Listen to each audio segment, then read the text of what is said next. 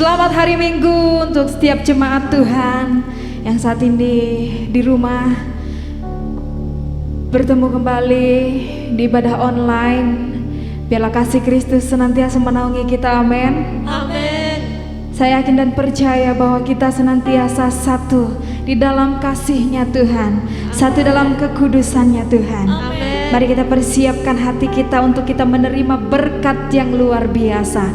Terima kasih Bapa, terima kasih buat kasih setiamu, terima kasih buat kebaikanmu, terima kasih buat pertolonganmu yang begitu luar biasa di dalam kehidupan kami Tuhan. Jika saat-saat ini kami belum bisa berkumpul secara bersama-sama menyatukan hati kami, namun kami yakin saat ini hati kami bersehati memuji memuliakan nama-Mu Tuhan. Kau kuduskan kami Bapa, Kau layakkan kami Tuhan. Di dalam nama Tuhan Yesus kami percaya bahwa kuasa Tuhan tidak pernah terbatas. Kuasa Tuhan besar dalam setiap kehidupan kami. Terima kasih Bapa, terima kasih. Terima kasih Tuhan.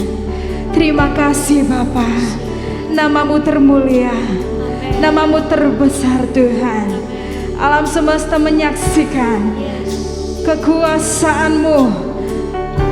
Boleh kami lihat bahkan kasih-Mu Tuhan. Terima kasih Tuhan. Terima kasih Bapa. Haleluya.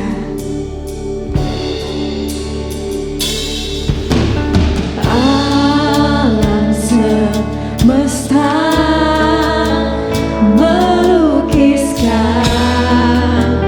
kebesaran Tuhan. Bumi dan surga menyanyikan kemuliaan nama-Mu. Hosana, Hosana, layak dipuji disembah.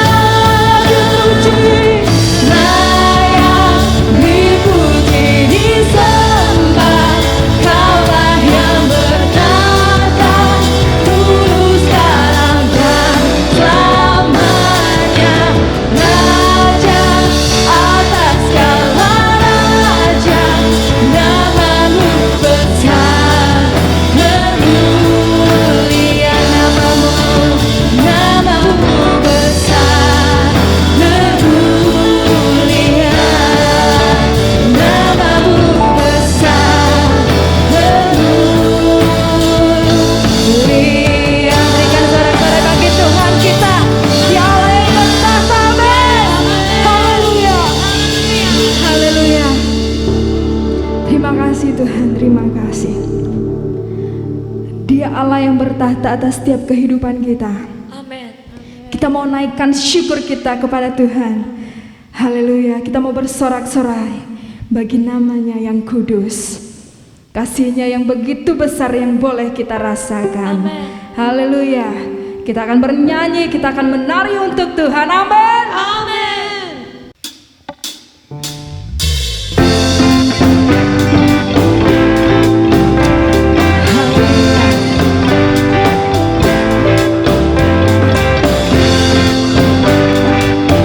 Kita menaikkan syukur hanya bagi Dia. Haleluya. Kasih yang begitu besar, lebih kuat dari dosa. Kasih yang menemukanku, selamatkan dan pulihkanku. Ku naikkan syukurku, ku naikkan syukurku. Ku tak akan berhenti memuji, meninggikan namamu selalu, menari, memuliakanmu. Dibebaskan, dibangkitkan, hidup yang baru dan hidup hanya untukmu.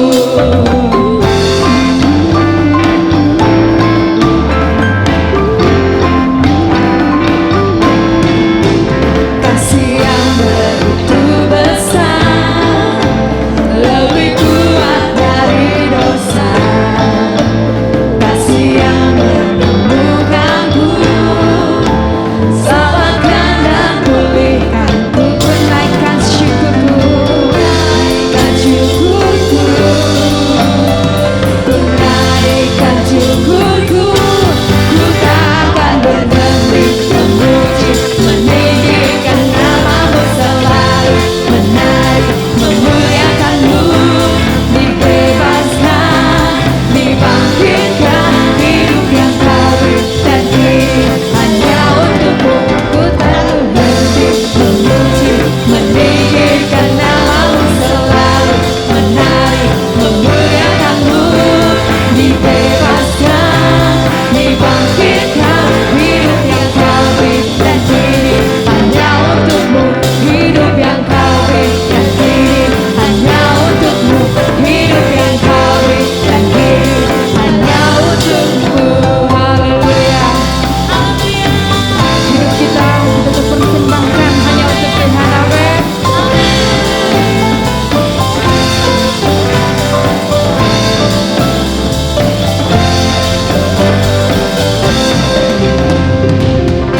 Haleluya. Kita bersyukur memiliki Allah yang penuh kasih. Dia yang menyelamatkan setiap kita umatnya.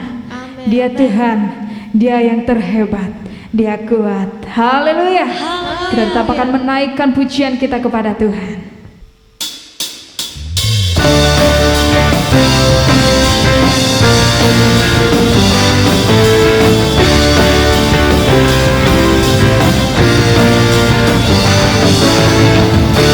Berkuasa di bumi di surga, bertahta dalam kemuliaan. Dialah Tuhan Allah kita, namanya berkuasa, pembebas umat.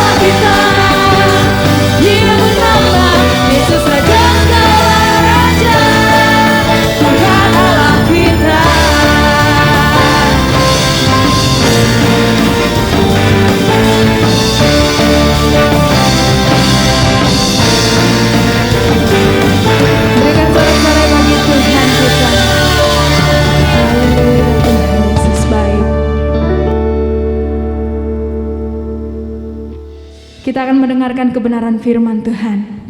Mari saat ini kita siapkan hati kita untuk boleh memperoleh, menerima berkat Tuhan yang akan disampaikan oleh hamba-Nya. Haleluya. Tuhan, terima kasih Bapa. Haleluya. Hidupku menggenapi firman-Mu,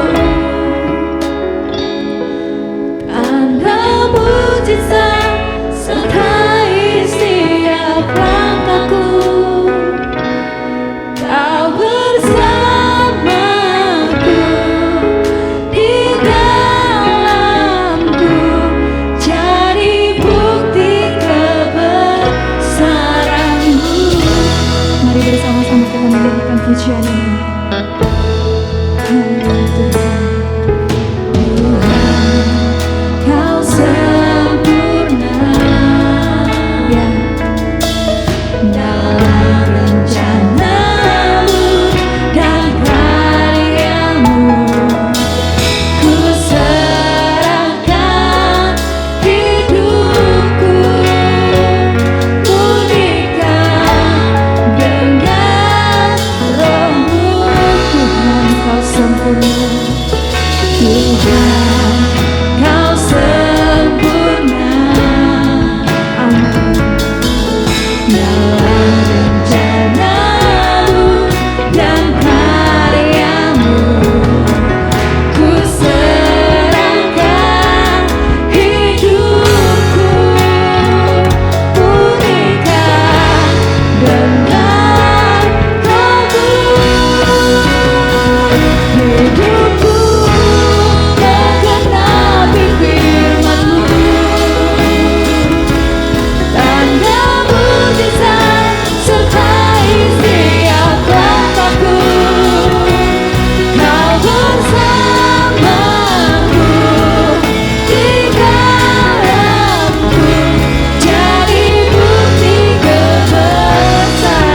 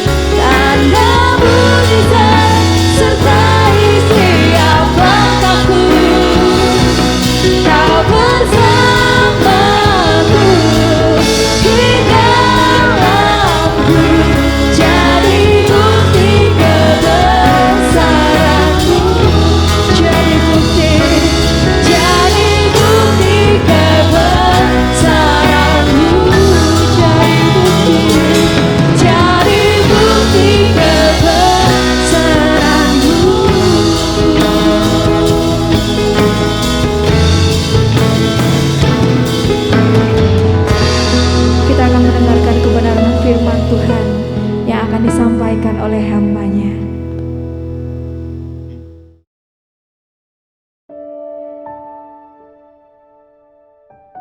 Selamat hari Minggu 20 Juni 2021. Dan kembali kita bertemu di online Gereja Penyebaran Injil Majalengka. Sebelum mendengarkan firman Tuhan, kita berdoa dulu. Bapa di dalam surga, terima kasih walaupun kami harus mulai dengan ibadah online lagi ya Tuhan. Terima kasih untuk kami juga bisa merasakan kecanggihan teknologi yang terjadi belakangan ini. Bapa, biarlah kiranya Tuhan menerima puji-pujian yang sudah kami nyanyikan. Dan juga sebentar kami mau mendengar firman-Mu. Berbicaralah kepada kami agar supaya Tuhan firman-Mu nanti menjadi dorongan, menjadi kekuatan untuk kami menjalani hidup, khususnya di hari-hari terakhir ini. Terima kasih ya Bapa. Urapi hamba-Mu dan urapi kami sekalian yang mendengarnya. Di dalam nama Tuhan Yesus Kristus. Amin. Tuhan Yesus sebelum naik ke Golgota untuk disalibkan, menembus dosa manusia, Dia berdoa di Taman Getsemani. Di dalam Matius 26 ayat 41 ditulis seperti ini. Berjaga-jagalah dan berdoalah, supaya kamu jangan jatuh ke dalam pencobaan.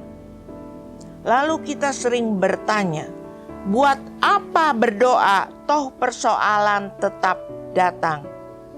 Memang doa bukan sekadar obat. Doa bukan seperti obat sakit kepala. Begitu habis diminum, kepala tidak lagi terasa nyut-nyutan. Fungsinya obat sebagai vitamin, memberi kekuatan bagi tubuh rohani kita supaya tahan terhadap serangan atau godaan iblis. Yesus berkata, berdoalah supaya kamu jangan jatuh ke dalam pencobaan. Ini tidak berarti bahwa kita berdoa bukan supaya tidak dicobai, tetapi kita berdoa supaya kita tidak jatuh ke dalam pencobaan. Daniel di dalam Perjanjian Lama sudah cukup banyak menelan vitamin doa-doa, dalam arti selama ini dia begitu tekun berdoa, menghadapi apapun dia berdoa. Bahkan secara rutin dia berdoa kepada Tuhan menghadap ke Yerusalem.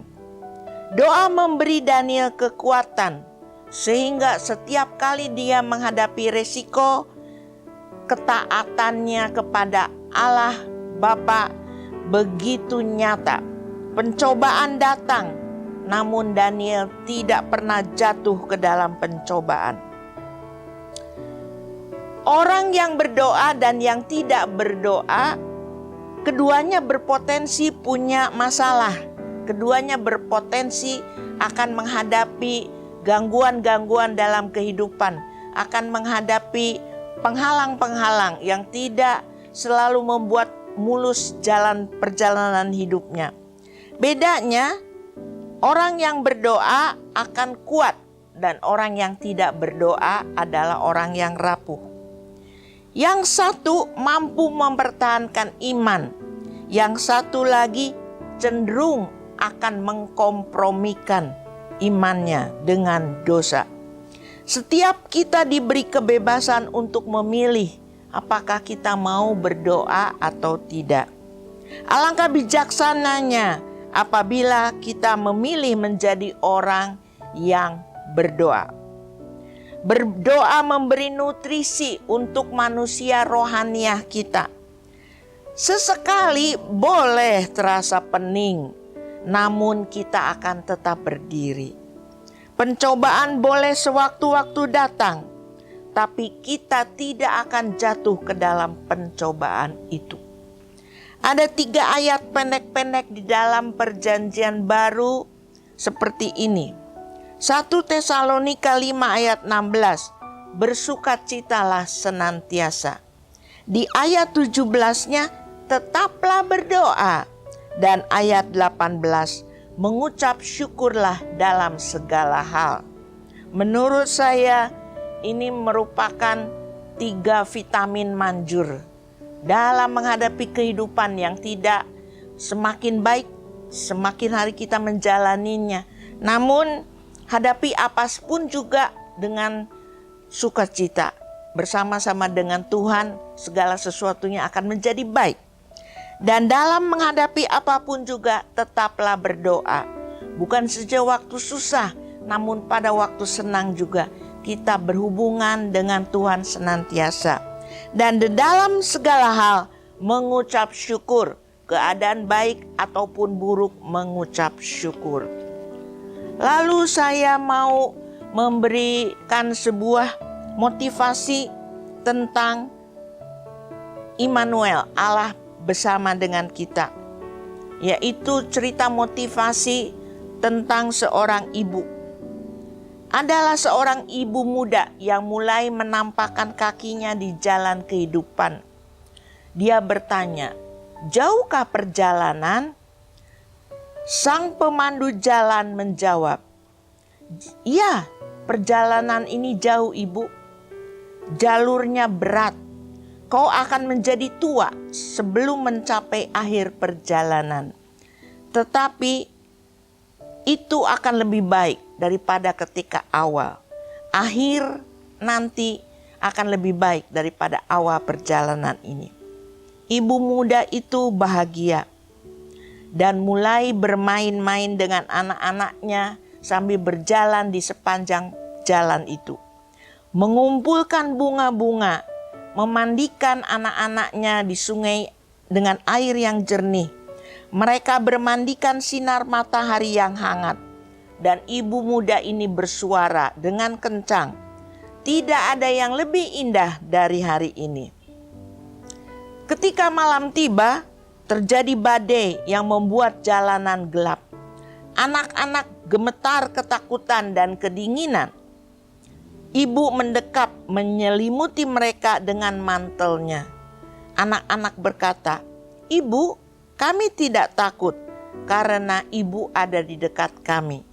Karena ada ibu, kami tidak akan terluka." Besok paginya, ibu dan anak-anak mendaki sebuah bukit. Lama-kelamaan mereka letih. Namun sang ibu selalu berkata, "Sabar nak, sedikit lagi kita akan sampai." Kata-kata sederhana ini cukup buat anak-anak bersemangat kembali melanjutkan perjalanan. Dan ketika akhirnya tiba di atas bukit, setelah pendakian yang begitu melelahkan, anak-anak berkata, "Ibu, kami tidak akan bisa sampai di sini tanpa ibu."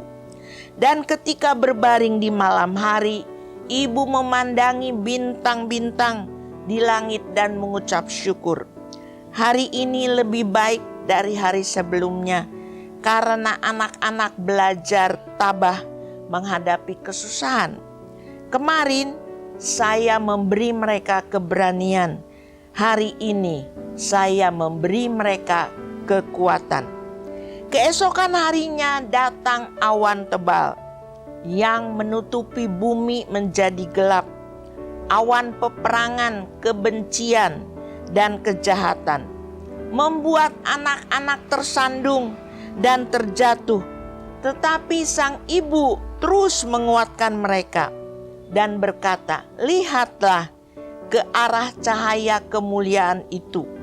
Anak-anak itu pun turut kata-kata ibunya. Di atas awan terlihat cahaya yang bersinar sangat terang. Dan cahaya itulah yang membimbing mereka melewati kegelapan itu. Malam itu berkatalah sang ibu, "Inilah hari yang terbaik, karena saya sudah menunjukkan Tuhan melalui sinar cemerlang tadi kepada anak-anak saya." Hari pun berlalu dengan cepat. Hari berganti minggu, minggu berganti bulan, bulan berganti tahun. Sang ibu mulai menua, tubuhnya membungkuk. Sementara anak-anaknya bertumbuh besar dan kuat, berjalan dengan langkah-langkah mantap dan berani. Ketika jalan yang mereka lalui terasa berat, anak-anak mulai mengangkat ibu mereka. Dan pada akhirnya mereka tiba di sebuah bukit. Inilah akhir dari perjalanan. Sekarang saya tahu, akhir perjalanan ini memang lebih baik daripada awal perjalanan. Sebab anak-anak saya bisa berjalan sendiri.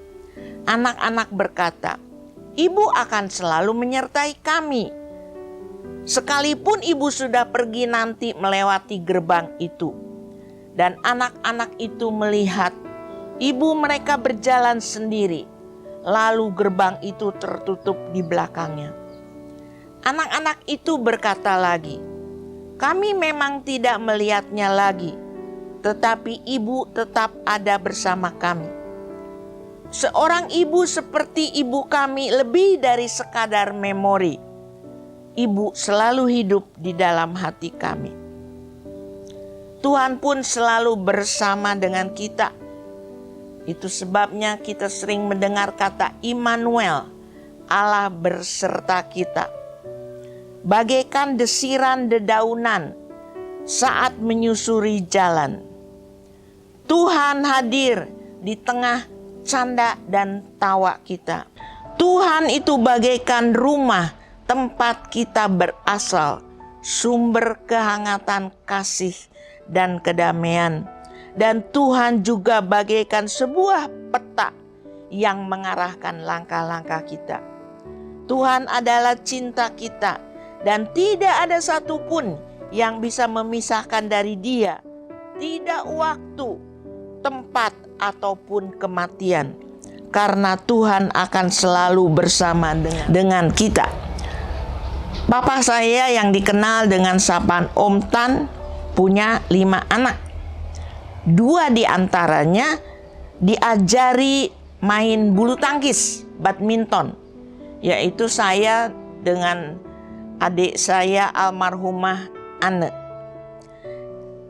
Entah bagaimana begitu rupa kami sepertinya harus bisa main badminton ini. Ya, dan ada yang menarik khususnya pada waktu kami belajar permainan ganda atau permainan double.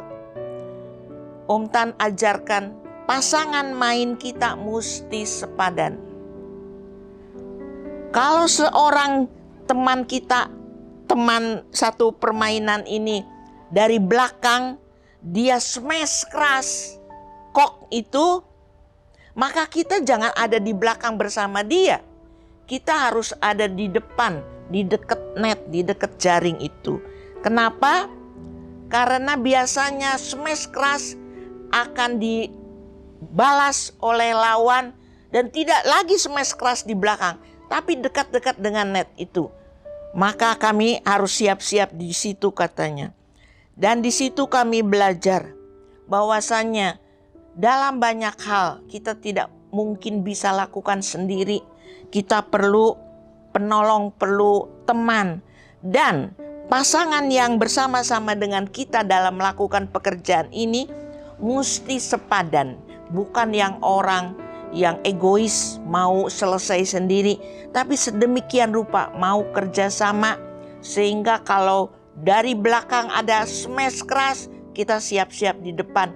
Hanya beri saja pukulan yang ringan, hanya lewat net itu begitu rupa. Itu betul-betul akan mengecohkan lawan. Mereka akan lari kecapean untuk menampung bola itu ya, kok tersebut. Nah, menginjak dewasa saya juga belajar bahwasanya partner atau pasangan baik untuk berlatih dalam permainan, apalagi dalam kehidupan sangat penting. Maka kepada muda-mudi yang belum menikah dan berencana untuk berkeluarga, carilah pasangan yang sepadan. Sehingga yang satunya akan mengeluarkan kemampuan maksimal terbaik. Kalau pasangan tidak sepadan, maka seringkali berkata, "Untuk apa aku habis-habisan? Rugi dong." Tetapi apabila pasangan itu sepadan, maka kedua-duanya akan mengeluarkan kemampuan terbaik yang maksimal, yang pasti akan diimbangi oleh sebelahnya. Bukan untuk persaingan, bukan untuk keras-kerasan akhirnya terjadi perang, bukan demikian. Itu sebabnya Tuhan ada firmankan di dalam 2 Korintus 6 ayat 14 tentang pernikahan tidak baik dengan orang yang tidak satu kuk.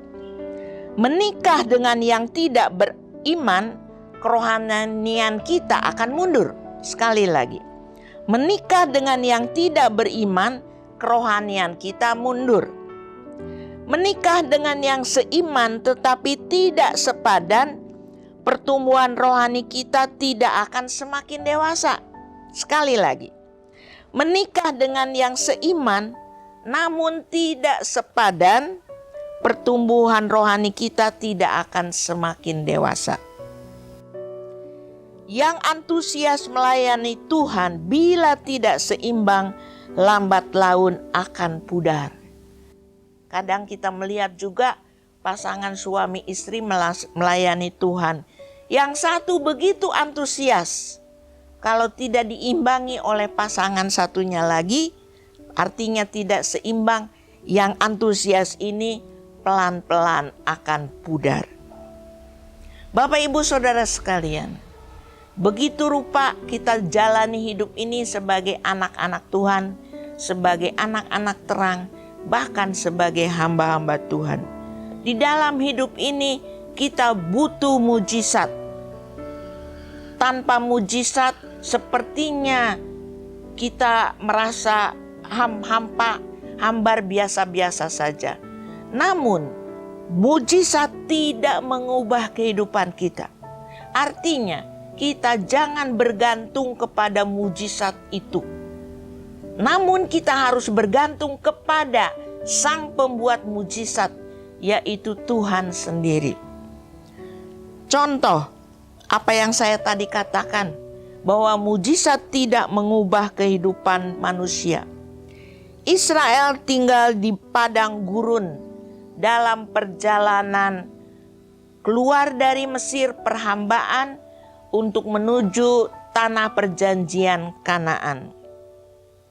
Kita tahu dalam peristiwa ini mereka menerima makanan dari surga setiap hari, menerima mana. Itu adalah mujizat. Di mana ada makanan tiap hari di tengah padang pasir yang begitu panas. Sore hari Tuhan kasih daging, yaitu burung-burung datang, supaya mereka juga punya gizi seperti katanya mereka sering makan ketika masih ada di Mesir. Selama perjalanan di padang gurun itu, baju mereka tidak rusak. Bahkan sepatu kasut mereka juga tidak rusak. Begitu rupa penyertaan Allah bersama dengan mereka. Tetapi dari sekian banyak orang, kebanyakan mereka mati di padang gurun. Hanya Yosua dan Kaleb yang masuk tanah perjanjian. Kenapa? Karena mujizat banyak terjadi dialami oleh orang-orang ini, tetapi mereka tetap bersungut-sungut. Mereka bergantung begitu rupa kepada mujizat. Dan kita melihat di sini, persungutan itu tidak berubah hanya karena mujizat datang. Mereka haus, Tuhan kasih minum dengan cara yang mujizat. Namun gara-gara itu mereka berubah, tidak mengomel lagi, tetap saja, bahkan makin keras tengkuk. Nah, disitulah kita belajar bahwasannya kita harus menggantungkan diri kita, tubuh, jiwa, roh ini kepada Sang Pembuat mujizat, yaitu Tuhan Yesus Kristus. Bukan kepada mujizat. Sebanyak apapun mujizat itu kita alami di muka bumi ini. Jika kita mengenal Allah, Allah Bapa, Allah Anak, dan Allah Roh Kudus secara pribadi. Secara pribadi. Walaupun kita tidak mengalami mujizat, tetapi kalau kita sudah punya pengenalan secara pribadi dengan Allah Bapa, Allah Anak, dan Allah Roh Kudus, maka iman kepercayaan kita tidak akan goyah. Tuhan Yesus memberkati, kita berdoa. Bapa di dalam surga, dalam nama Tuhan Yesus Kristus, terima kasih. Tuhan senantiasa menyertai kami, Immanuel. Walaupun kami tidak bisa melihat Allah secara wujud nyata, namun dari pekerjaan-Mu, dari Roh-Mu yang bekerja, dari orang-orang yang ada di sekeliling kami tahu Tuhan menyertai kami. Terima kasih Bapa dalam surga, terima kasih. Biarlah ya Bapa, iman kami bertumbuh senantiasa. Ada mujizat atau tidak ada mujizat.